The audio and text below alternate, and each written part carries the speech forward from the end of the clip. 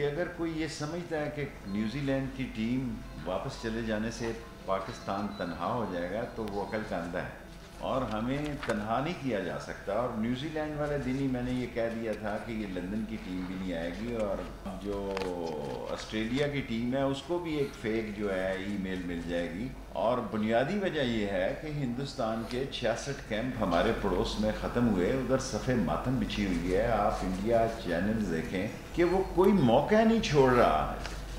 कोई programme channel इस तरह है कि जो पाकिस्तान के लिए कहा जा रहा है कि शायद हमारा इमेज ख़राब हो जाएगा। क्रिकेट हमारा शौक़ ज़रूर है, लेकिन मायूसी कुफर है। एक वो दिन आएगा जब दुनिया की टीमें पाकिस्तान आएंगी और इस टीम का, इस मुल्क का वज़ीर आज़म खुद एक वो टीम का कप्तान है जिसने वर्ल्ड कप जीता। और अब क्योंकि इसको बहुत हवा दे दी गई है, हालांकि मैं तो फवाद चौधरी साहब से आज सुबह अर्ज़ कर रहा था कि अब इस खेल को ख़त्म होना चाहिए, और भी हमारे बड़े मसले हैं, लेकिन उनके हुक्म की तामील पे मैं हाज़िर हूँ और सारी कौम को एक पैगाम देना चाहना था। हम एक ज़िंदा कौम है, हमें तन्हा नहीं किया जा सकता, हमें नज़रअंदाज नहीं किया जा सकता। आने वाले दिन इंशाअल्लाह पाकिस्तान के हैं और हम इमरान खान की क़यादत में इसको आगे लेके जाएंगे। अगर एंड में कोई इंटीरियर पे सवाल हुआ तो मैं हाज़िर हूँ, वरना over to Fawad Chaudhry. Thank you very much ji Sheikh साहब। ये जो सारी एक जंग है, ज़ाहिर है इंटीरियर मिनिस्ट्री इसको लीड कर रही है, और एक ये जब हम बात करते हैं हाइब्रिड वॉर की या ये 5th जनरेशन मीडिया वॉरफेयर की, तो बहुत लोगों को लगता है कि ये देखिए ये कोई ज़रूरत नहीं है, फेक न्यूज़ के ऊपर क्या ज़रूरत है और बाकी चीज़ों के ऊपर क्या ज़रूरत है। तो ये जो भी मैं आपके सामने कुछ हक़ाइक़ रखूँगा, ये दोबारा आपको एक सिर्फ रिमाइंडर होगा, दोबारा याद दहानी होगी कि कैसे पाकिस्तान के अंदर एक 5th जनरेशन हाइब्रिड वॉर और मीडिया वॉर का हमें सामना है, और कैसे फेक न्यूज़ जनरेट की जाती हैं बाकायदा एक बहुत बड़े स्टेट लेवल के ऊपर। ये नहीं है कि कोई ये बच्चे बैठे हुए हैं जो खुद ही जो है वो सारे मामला कर रहे हैं। बहुत ताकतवर एजेंसीज़ जो हैं वो इसके पीछे हैं, रियासतें जो हैं वो खेल खेलती हैं, और उसके बाद कैसे इस मामले को जो है वो आगे बढ़ाया जाता है। इससे पहले आपको याद होगा हमने एक पूरा मंजरनामा आपके सामने रखा था कि किस तरह जब तरीके लद्दाख की तहरीक चल रही थी तो किस तरह उसको हिंदुस्तान से सपोर्ट मिली, और बहुत ट्वीट्स की गई, सोशल मीडिया एक वॉरफेयर कायम किया गया। और ज़ाहिर है कि वो जो तहरीक लद्दाख में यहाँ पे जो लोग शामिल थे उनका तो एक अपना अकीदे की बुनियाद के ऊपर, एहतराम की बुनियाद पे शामिल होंगे, लेकिन हम किस तरह से इस्तेमाल हो जाते हैं और हमें पता भी नहीं चलता, उसकी एक मिसाल वो थी। और आज ये जो कुछ आपके सामने चीज़ें हैं ये मैं आपके सामने रखता हूँ। ये ज़रा डिस्प्ले भी कर दीजिए टीवी के ऊपर भी, ताकि लोगों को एक नज़र भी आ जाए। न्यूजीलैंड का दौरा जब कैंसिल हो रहा था तो उस वक़्त SCO का समिट जारी था और वज़ीर आज़म साहब जो हैं उनकी तकरीर होने वाली थी, और उससे तकरीबन 15 मिनट पहले मुझे पाकिस्तान से ये मैसेज गया कि ये न्यूजीलैंड की टीम जो है वो दौरा कैंसिल कर रही है। और चूँकि मैं बिल्कुल PM साहब के पीछे बैठा था तो मुझे यहाँ पे उन्होंने कहा कि ये मैसेज PM तक दे दें, लेकिन मैंने जो सोचा और हमने आपस में मशवरा किया, मोहित थे, मैं था और प्राइम मिनिस्टर साहब का जो पर्सनल स्टाफ था और शाह महमूद कुरैशी साहब थे, तो हमने आपस में मशवरा किया और हमने कहा कि इस खबर को अभी PM को नहीं देते, उनकी तकरीर हो जाए तो फिर उनको देते हैं ताकि ये उनको डिस्ट्रैक्शन जो है वो ना आए। तो आप अंदाज़ा लगा सकते हैं कि ये कितनी बड़ी एक डिस्ट्रैक्शन थी पाकिस्तान के लिए और फिर पाकिस्तान के अवाम के लिए, कि इतना पाकिस्तान का जो we were looking forward to this tour, और बिल्कुल एक दिन पहले जो है वो इस टूर को इस तरीके से ख़त्म किया गया। और इससे बड़ा एक पाकिस्तान के लोगों में एक गम और गुस्सा पाया जाता है, और अभी तक भी जो सोशल मीडिया के ऊपर अमूमी तौर के ऊपर लोग बहुत नाराज़ हैं इस दौरे की कैंसिलेशन से। ये कैसे हुआ, इसका बैकग्राउंड क्या है, क्यों न्यूजीलैंड की टीम इस नतीजे पे पहुंची कि उन्हें दौरा ख़त्म कर देना चाहिए, ये कुछ हक़ाइक़ जो है वो मैं आपके सामने रखता हूँ। 19 अगस्त 2021 वो पहली तारीख़ है जबकि एक फ़ेक फेसबुक पोस्ट क्रिएट होती है, एहसानुल्लाह एहसान के नाम से. So I will try to mix English and Urdu both because I also want कि international media भी थोड़ा सा उसको जो है वो देख सके. So a Facebook post was circulated from a fabricated account made in the name of Ehsanullah Ehsan and XTTP JUA on social media asking New Zealand Cricket Board and government not to send the team to Pakistan as ISKP has planned to target New Zealand team. Okay. सो 19 अगस्त 2021 को ये Facebook create होती है, जो कि अभी आपके सामने अगर आपको मैंने दे भी दिया है. ये फेसबुक पोस्ट क्रिएट हुई, मैं आपको पढ़ के भी सुना देता हूँ. एहसानुल्लाह एहसान के नाम से ये अकाउंट जो है बनाया गया. The New Zealand cricket board and the government should not send their cricket team to Pakistan because the security situation in Pakistan is not good. As far as I know, a global jihadi organisation IS, जो Daesh जिसको हम कहते हैं, is looking for a big target in Pakistan. That target could be New Zealand cricket team so that he can attract the attention of the media and to prove its presence in Pakistan. I know the jihadi organization IS will be angry with me after this post of mine, but I like cricket and I am not in favor of attacking the game. I have said what I had to say. Now it is the turn of the New Zealand cricket team and government to think very seriously. Ehsanullah Ehsan, ex-spokesperson for TTP and JUA. So पहली post जो create हुई वो 19 अगस्त 2021 को Facebook के ऊपर ये create हुई. बड़ी इंटरेस्टिंग इसके बाद इवेंट है. 21 अगस्त 2021 को, सो 21 अगस्त 2021, अभिनंदन मिश्रा है जो ब्यूरो चीफ हैं संडे गार्डियन के. ये एक इसका हिंदुस्तान का एक अखबार है, संडे गार्डियन. उन्होंने एक आर्टिकल पब्लिश किया, न्यूजीलैंड क्रिकेट टीम में face terrorist attack in Pakistan. ये उसने जो आर्टिकल क्रिएट किया वो एहसानुल्लाह एहसान की इस फेक पोस्ट की बुनियाद के ऊपर ये आर्टिकल जो है वो क्रिएट किया गया. अब ये जो अभिनंदन मिश्रा हैं जो संडे गार्डियन के ब्यूरो इंडिया के जो ब्यूरो चीफ हैं, इंटरेस्टिंगली इनके बहुत स्ट्रॉन्ग लिंक्स जो हैं वो मिलते हैं अमरुल्लाह सालेह से, जो कि अफ़गानिस्तान के फॉर्मर NS हैं. और अमरुल्लाह सालेह के पाकिस्तान के बारे में ख़यालात जो हैं वो आप सब जो है आपको उनका पता है. सो पोस्ट आती है 19 अगस्त को. 21 अगस्त को उसके ऊपर हिंदुस्तान में यह आर्टिकल पोस्ट किया जाता है कि न्यूजीलैंड टीम जो है वो अंडर थ्रेट है. 24 अगस्त आ जाता है.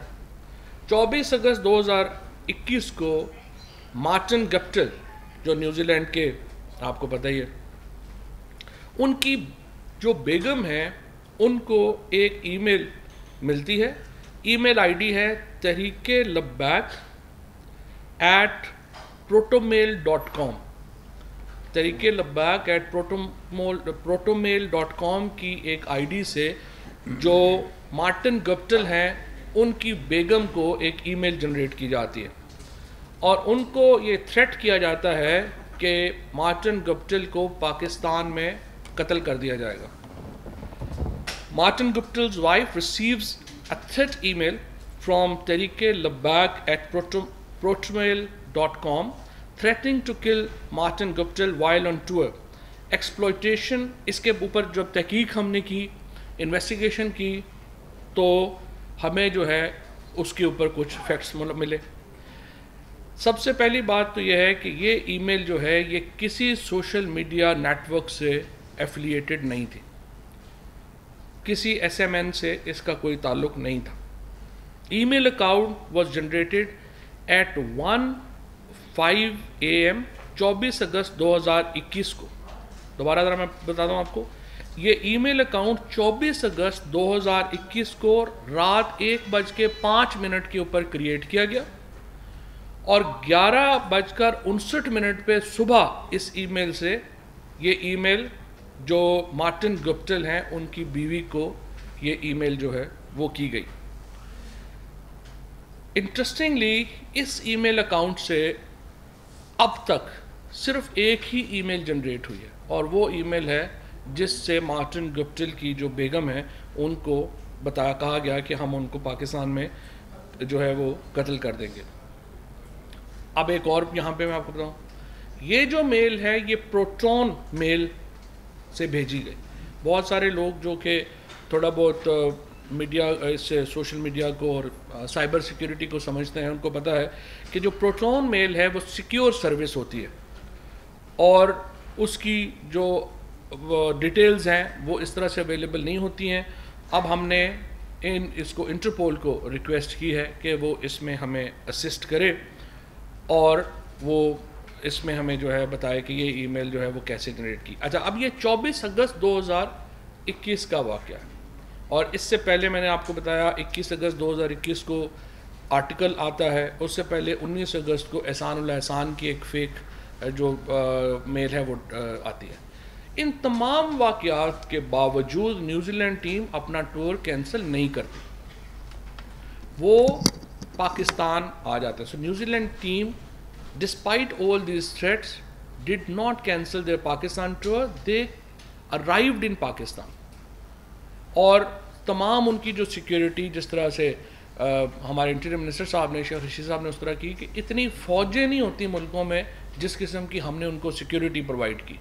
और इतनी न्यूजीलैंड की फ़ौज नहीं है जितनी कि हमने अपनी फ़ौज जो है उनकी सिक्योरिटी पे लगाई, उनकी सिक्योरिटी पे लगाई। और एक बड़ी भरपूर इंटीरियर मिनिस्ट्री ने, और इससे पहले काबीना के अंदर ये डिस्कशन हुई और मैंने बल्कि शेख साहब को कहा कि जितनी आप सिक्योरिटी दे रहे हैं ये तो लोगों को डर लगना शुरू हो जाएगा कि इतनी ज़्यादा पूरा शहर हम बंद कर रहे हैं। लेकिन शेख साहब ने का मौक़िफ़ ये था, और जो मैं समझता हूँ एक दुरुस्त मौक़िफ़ था, उन्होंने कहा इस वक्त हालात ऐसे हैं कि हमने दिखाना भी है कि हम एक पूरी सिक्योरिटी जो है वो कर रहे हैं, और उन्होंने भरपूर सिक्योरिटी जो है वो न्यूजीलैंड की क्रिकेट टीम को दी।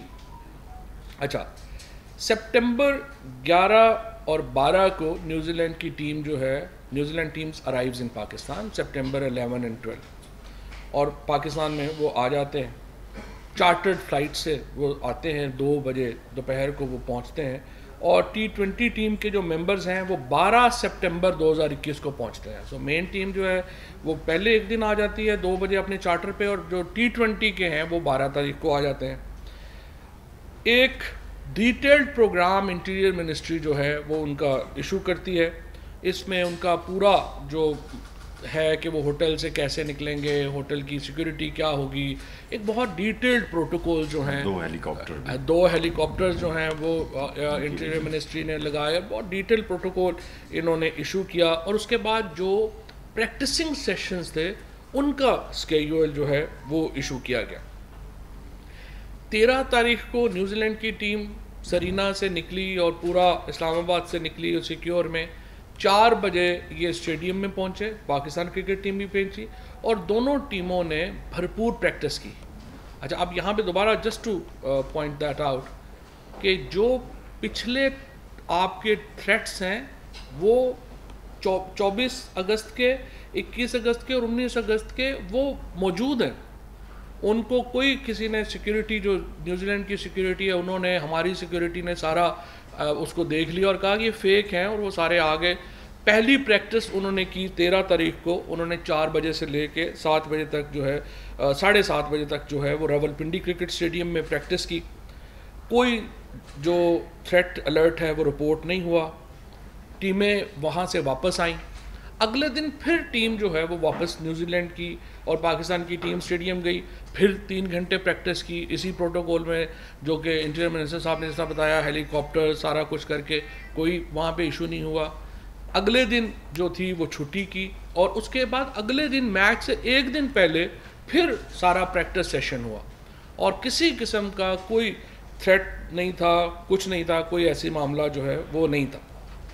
अच्छा, 17 सितंबर को न्यूजीलैंड की जो टीम है उन्होंने ये कहा कि उनकी गवर्नमेंट की तरफ से कंसर्न आया है, रिपोर्टेड क्रेडिबल थ्रेट, और उन्होंने 17 तारीख को जब मैच को जाना था उससे पहले तकरीबन सुबह 10:30 बजे इस ख्वाहिश का इजहार किया, 10:30-11 बजे, कि हम ये टूर जो है वो कैंसिल कर रहे हैं और अपनी हुकूमत की हदायत के ऊपर जो है वो हम ये टूर जो है वो कैंसिल कर रहे हैं।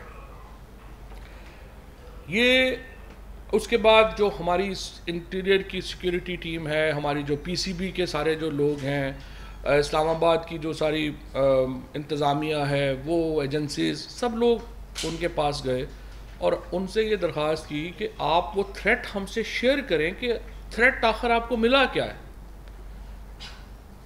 तो एक्चुअली जो सिक्योरिटी टीम यहाँ पे न्यूजीलैंड की थी वो भी उतनी ही नाबलद थी थ्रेट से जितने के कोई हमारे लोग थे, क्योंकि थ्रेट यहाँ पे कोई जनरेट ही नहीं हुआ था।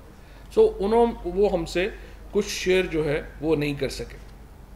और 12 न्यूजीलैंड की टीम, उसके बाद जिस तरह से वज़ीर आज़म साहब की जब तकरीर ख़त्म हुई वहाँ पे उनको हमने ये बताया, और साथ ही रमीज़ राजा साहब की पीसीबी के जो हमारे चेयरमैन हैं और जो बाकी हजरात हैं उनकी ये दरख्वास्त दी कि वो चाहते हैं कि आप न्यूजीलैंड की जो प्राइम मिनिस्टर है उनसे बात करें। वहाँ से ही पीएम साहब ने बाहर निकल के जो है उनसे बात की। रिसेप्शन भी इतनी अच्छी नहीं थी और लेकिन उन्होंने उनसे ये बात कही कि इस वक्त अगर आप टूर कैंसिल करेंगे तो ये बड़ा पाकिस्तान के जो लोग हैं उसके उनका एक बड़ा गुस्से वाली बात होगी और ये इससे एक तलखी पैदा होगी अवामी सतह के ऊपर। लेकिन जो प्राइम मिनिस्टर साहिबा थी उन्होंने ये कहा कि उनके पास क्रिटिकल इन्फॉर्मेशन है कि जो ये न्यूजीलैंड की टीम है उसको जो है वो टारगेट किया जाएगा। बहरहाल वो टूर कैंसिल हो गया, टीम जो है वो चली गई। अब 18 सितंबर 2021 को इंटरपोल वेलिंगटन ने इंटरपोल इस्लामाबाद को एक ईमेल जो है उसका कहा कि ये ईमेल जो है वो मिली है, और वो ईमेल मिली हमज़ा अफरीदी 7899@gmail.com से 6:25 पे न्यूजीलैंड के टाइम के मुताबिक। अब हमने ये जो हमज़ा अफरीदी की जो पोस्ट है इसको एनालाइज किया, लेकिन इससे पहले मैं आपको ये पढ़ के सुना देता हूँ। Dear New Zealand cricketers, dear New Zealand cricket, you did wrong to go to Pakistan and now see what happens to you. Your cricket team is not going anywhere now. In every place the bomb will be placed from hotel to your flight, and my men will not forgive you. They are coming. New Zealand, Pakistan, Zindabad, Allahu Akbar। ये email जो है ये भेजी गई New Zealand की team को, और ये न्यूजीलैंड के टाइम के मुताबिक 6:25 पे 18 सितंबर 2021 को गई, और पाकिस्तान के टाइम के मुताबिक 11:25 पे रात को 17 सितंबर 2021 को दी गई हमज़ा अफरीदी 7899@gmail.com के नाम से। अच्छा, ये इस ईमेल का भी ज़रा जायज़ा अगर आप लेंगे तो ये ईमेल भी जो आईडी क्रिएट हुई, ईमेल आईडी, उस ईमेल आईडी के क्रिएट होने के 15 मिनट के बाद ये ईमेल उसी आईडी को यूज़ करके ये ईमेल जो है वो भेजी गई। ये अब इस ईमेल के ऊपर जब काम किया हमने तो this email was sent from an associated device in India using VPN showing IP address location of Singapore। Hindustan से की गई VPN लगा के, और जो VPN की लोकेशन थी उसको चेंज किया गया to Singapore. The device RMX 1971 Realm used 13,000 email IDs except। अच्छा, यहाँ पे थोड़ा सा ये मैं बता दूँ, ये जो डिवाइस है जिससे ये ईमेल, सबसे पहले दोबारा जस्ट लोगों को जिनको थोड़ा सा डिस्कनेक्ट हो गए होंगे, एक ईमेल आईडी जनरेट की गई हमज़ा अफरीदी के नाम से। उसके 15 मिनट के बाद उसी ईमेल आईडी से ये न्यूजीलैंड की टीम को थ्रेट जनरेट किया गया, और ये जो ईमेल आईडी है ये हिंदुस्तान से VPN के ज़रिए की गई, जिसमें लोकेशन बदली गई, सिंगापुर शो किया गया। इंटरेस्टिंगली जिस डिवाइस से ये ईमेल भेजी गई उस डिवाइस के ऊपर 13 और आईडीज़ हैं, यानी जिस डिवाइस से ये ईमेल जनरेट हुई हमज़ा अफरीदी की उसकी 13 और आईडीज़ हैं, और वो 13 की 13 जो आईडीज़ हैं वो हिंदी नामों के ऊपर हैं, जिसमें ज़्यादातर जो 12 जो ईमेल्स जो और इस आईडी के साथ एफिलिएटेड हैं वो इंडियन और हिंदी नामों के ऊपर हैं। उनमें फ़िल्मों के नामों के ऊपर जो है वो ईमेल्स क्रिएट की गई हैं, और तमाम जो ईमेल्स हैं वो एक्चुअली हिंदी फिल्म इंडस्ट्री और दूसरे ड्रामाज और म्यूज़िक उनके नामों के ऊपर बनाई गई हैं। सिर्फ एक नाम उनमें डिफरेंट डाला गया है, वो है हमज़ा आफरीदी का नाम, जस्ट टू शो कि ये ईमेल जो है ये पाकिस्तान से जो है वो जनरेट की गई है, और जानबूझ के हमज़ा आफरीदी का नाम यूज़ किया गया ताकि इसको वो एक मिल सके कि ये पाकिस्तान में एक जो है वो टेररिस्ट थ्रेट जो है वो मौजूद है।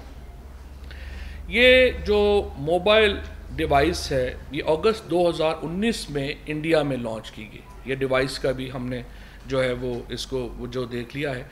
जो मोबाइल सिम है वो 25 सितंबर 2019 को रजिस्टर हुई हिंदुस्तान में, और उसका जो सिंगुलर जो यूज़र है वो भी आइडेंटिफाइड है।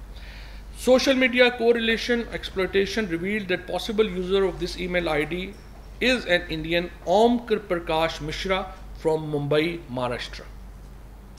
So again, here comes a very strong Indian link, unfortunately, that the device that was used to send a threat to New Zealand team actually belonged to India. The guy's name is Om Prakash Mishra. He is from Mumbai, Maharashtra.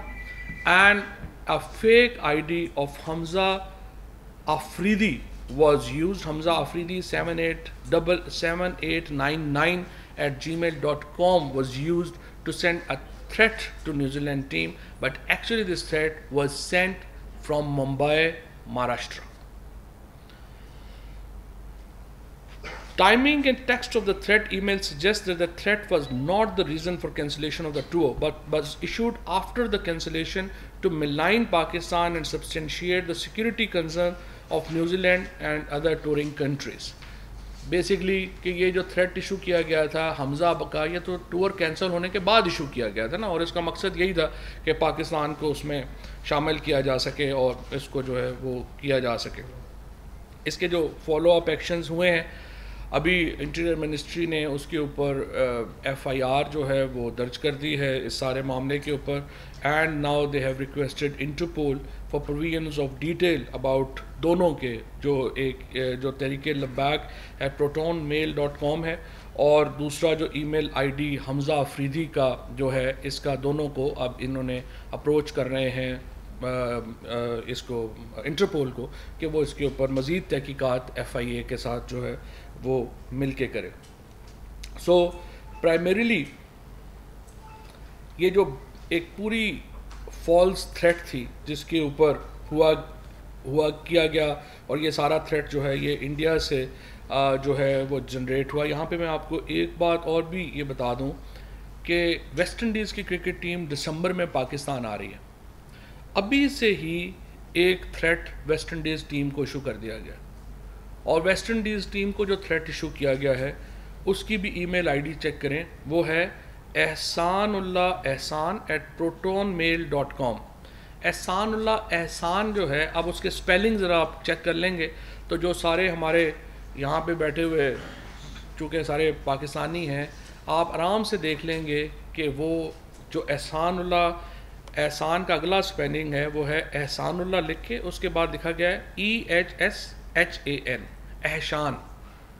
आपको अच्छी तरह पता है कि ये किस तरीके से जो सारे इंडियन स्पेलिंग्स हैं वो किस तरह के होते हैं और किस तरह के होते हैं, किस तरह से जो है चलता है। So primarily this is very unfortunate that this is not a campaign against Pakistan. We believe this is a campaign against international cricket, and ICC must take notice of that. International bodies must take notice of that.